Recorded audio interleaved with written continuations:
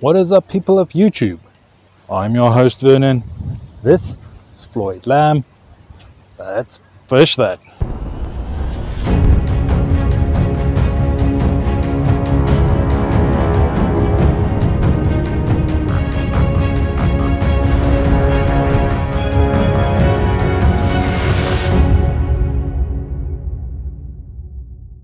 Alright, ladies and gents, me and the wife made our way out here to Floyd Lamb Park today to try and find some of the stock trout. Now I've been getting quite a lot of questions lately on my trout videos, and I want to thank you guys for asking these questions. It helps to get some feedback from you guys, but it does also kind of point out to me that there are certain things that I've learned that I take for granted, thinking that everyone knows it. And for that reason, I want to do this video today where we kind of take a step back and look at some basics. I want to explain a few key ideas to you guys to explain what it is I'm doing when I'm looking for the trout. Alright, so here's the setup we're using out there today. This white rod that I got out there, that is my Carp setup. And then we have this little red rod.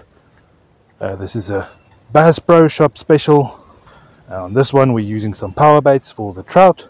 Because we are two licensed anglers, we are allowed to use a second rod each. So we're going to be using our second rods with some lures to see if we can get some of the trout out there as well. So why am I showing you the rods that I'm using? It is not to brag about the gear that I have. It's more to show you the type of rod that I'm using for the type of fishing. And that is something that I want to explain in this video. Alright guys, so the first question on your mind should be, why am I using my Carp setup during middle of winter? Now, on previous videos I've stated that winter is not the best time to catch carp. I just want to point out that you can catch carp and catfish year round. It's just they feed a lot better during the summer months. But for me it's quite a simple reason. I don't want all my eggs in one basket. I'm trying out different things out there to see what fish I can get out there. But today I actually want to focus on the different styles of rods and why it is important to understand your gear to better help you catch fish out there. Now, trout generally has soft mouths. It's easy for hooks to rip out. So if you're using a stiff or heavy rod, it's actually quite easy to rip the hook out of their mouths. Where if you have a flexible, soft rod, the rod absorbs a lot of the pressure, and that helps you keep the fish hooked. Now, what do I mean with this? For instance, this is my loose speed stick. I love using this little rod, but this is more of a bass rod. It's something that I use the little Ned rigs on. It's a stiff rod. It helps with moving some of the lures on the bottom, and when going to set the hook, it imparts that action directly to your hook, and you get a pretty good, decent hook set. Now, I can use this to actually catch trout. I tend to use my little speed stick when I use something like mice tails, something that I move on the bottom. I do use this, but it is not my preferred rod for catching trout. Over here I have a Bass Pro Shop dough bait. This is just a light setup. It's a very flexible, bendable rod. What this does is it does not impart the action to the lure. It actually absorbs some of the pressure, meaning that it's not going to rip the hook out of the fish's mouth.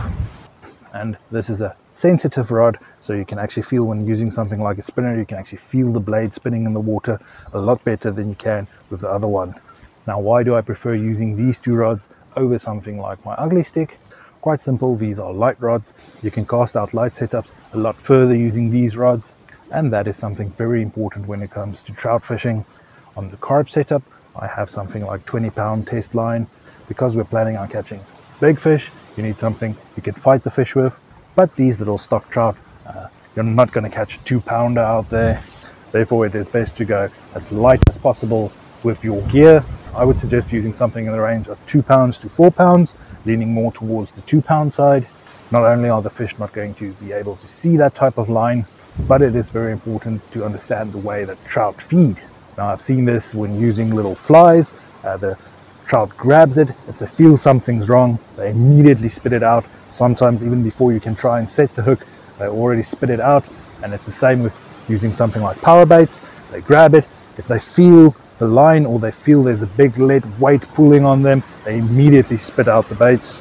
Now the best way to counteract this is downscaling the gear you're using smaller lead weights. That gives the fish some time to grab it and give you time to set the hook. And that brings us to an important thing. If you downscale the gear and you downscale the line, if you're using 2-pound line, the small 1/4 ounce lead weight, you can actually cast out a lot further. And this is something that's rather important, specifically this year. It is December and we are still having some rather warm weather out here for this time of year.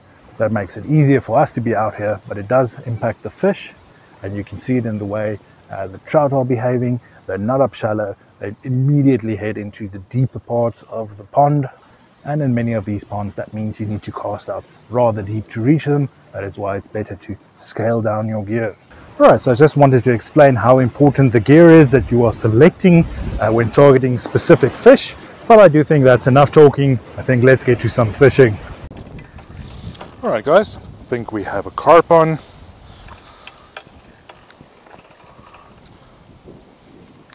This is exactly why I had the carp rod out there. Even though it is winter and the carp aren't supposed to be biting at the moment, I think because it's not that cold yet, the fish are still actively feeding.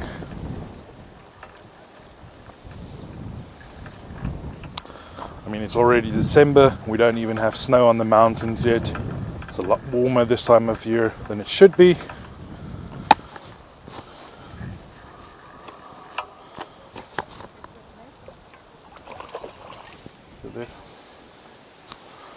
Not the biggest little carp, but happy to get a fish at least. I think this fish didn't even know it was hooked until now, so it's putting up a bit of a fight. Let's see if we can get him in the net.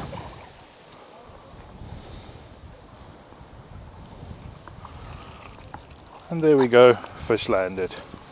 So like I said, not the biggest carp, but a decent size to get this early in the morning. Let's quickly get the hooks out.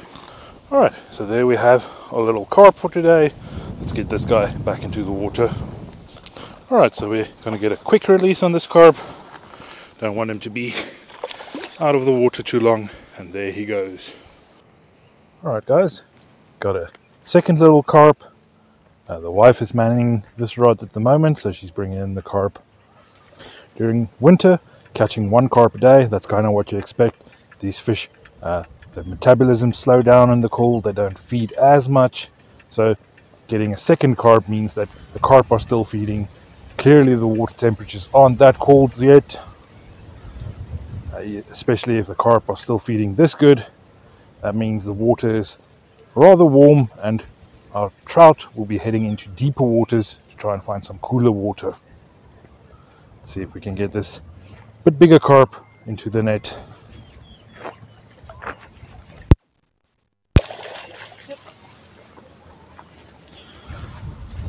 Feisty little guy, still has some red on his fins.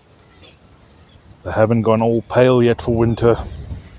This one's moving around quite a lot, but a bit bigger fish. Let's get him back into the water. Alright, nice catch. No, and there he goes.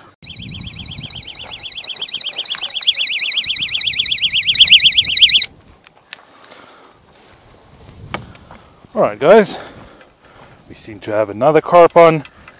This is now the 3rd carp within an hour and a half. We're approaching some summertime numbers for the carp, which is very strange. But I'm not going to complain, at least we're catching some fish.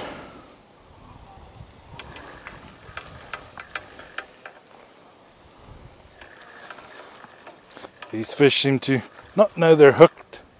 Once they get close to the side, they start putting up a decent fight. Also something you don't expect from carp, especially if they're cold. They don't fight that hard.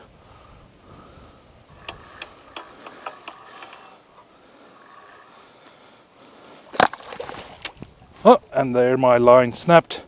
Clearly there's some wear and tear on my line, and we just lost that fish and he's swimming off with my little feeder. But luckily that hook will rust out, so no harm to that fish. Alright, so on my carp setup I'm using a 20-pound test fluoro line, and I can feel this line is frayed quite badly. Every time you catch a big fish you are supposed to check your line. I did not do so this time, so the moment I cast that back out there it was always going to break loose, being this frayed. So it is a good idea to always check your line unless you want to be losing some of your gear. Alright guys, and the wife has a little trout on.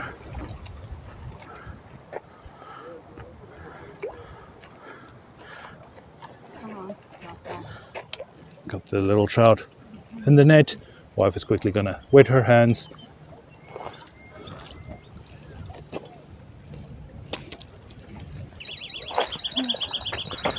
And we also got something on the carp setup.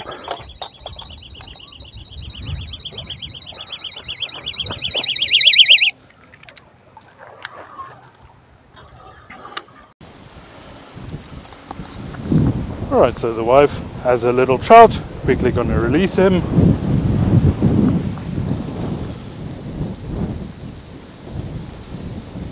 And there he goes.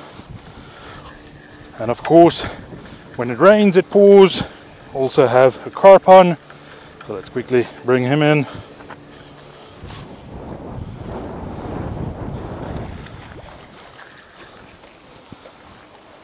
And there we go, carp in the net. This is our fourth little carp. This now means we have hooked 4 carp and 1 little trout. This one is our biggest carp for today. Good to see them feeding. Let's quickly get this one back to the water. Bit of a drop, but he swam off nice. Alright, so the wife is on fire today with the little red rod. And he just came off. That's okay. Alright guys, I was not expecting the carp bite to be that good. So unfortunately we ran out of some mix to put out to cast out there. So going to pack away the carp rod. No longer going to be using that. Instead we're going to focus on some trout. So I quickly want to explain. Having the little red rod with the bell on there, we didn't notice that we're getting any bites. The bell was never ringing, but something was stealing our power baits. So at the moment the wife is standing with the little rod, casting it out, waiting for it to sink down, and she says that she can feel the bites and they are very small, very softly taking the little power baits. It's not an aggressive pulling on the thing. So sometimes you need to take off the little bell and give hands-on attention, and you can feel the small little bites, and you have to set the hook at the right time, otherwise you're not going to get these little fish. There we go, light line, casting in deep.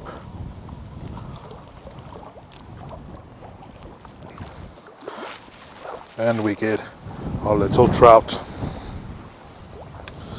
So this one is hooked on the outside of his lip. No problem releasing this guy. Alright guys, so we wanted to release this little guy, but another angler needs one more fish. So I'm not going to release this one, I'm going to give this one to someone. Alright ladies and gents, today was not supposed to be a windy day, so it does make both fishing and recording quite difficult. But all in all we had a pretty good time out there.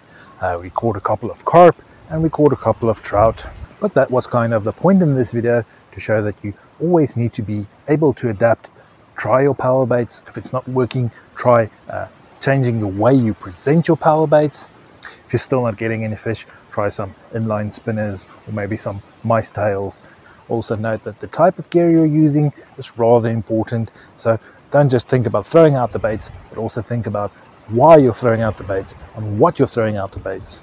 Now if you enjoyed the video or found it informative, please do give me a little thumbs up. It does help out the channel. Feel free to ask any questions down below in the comments.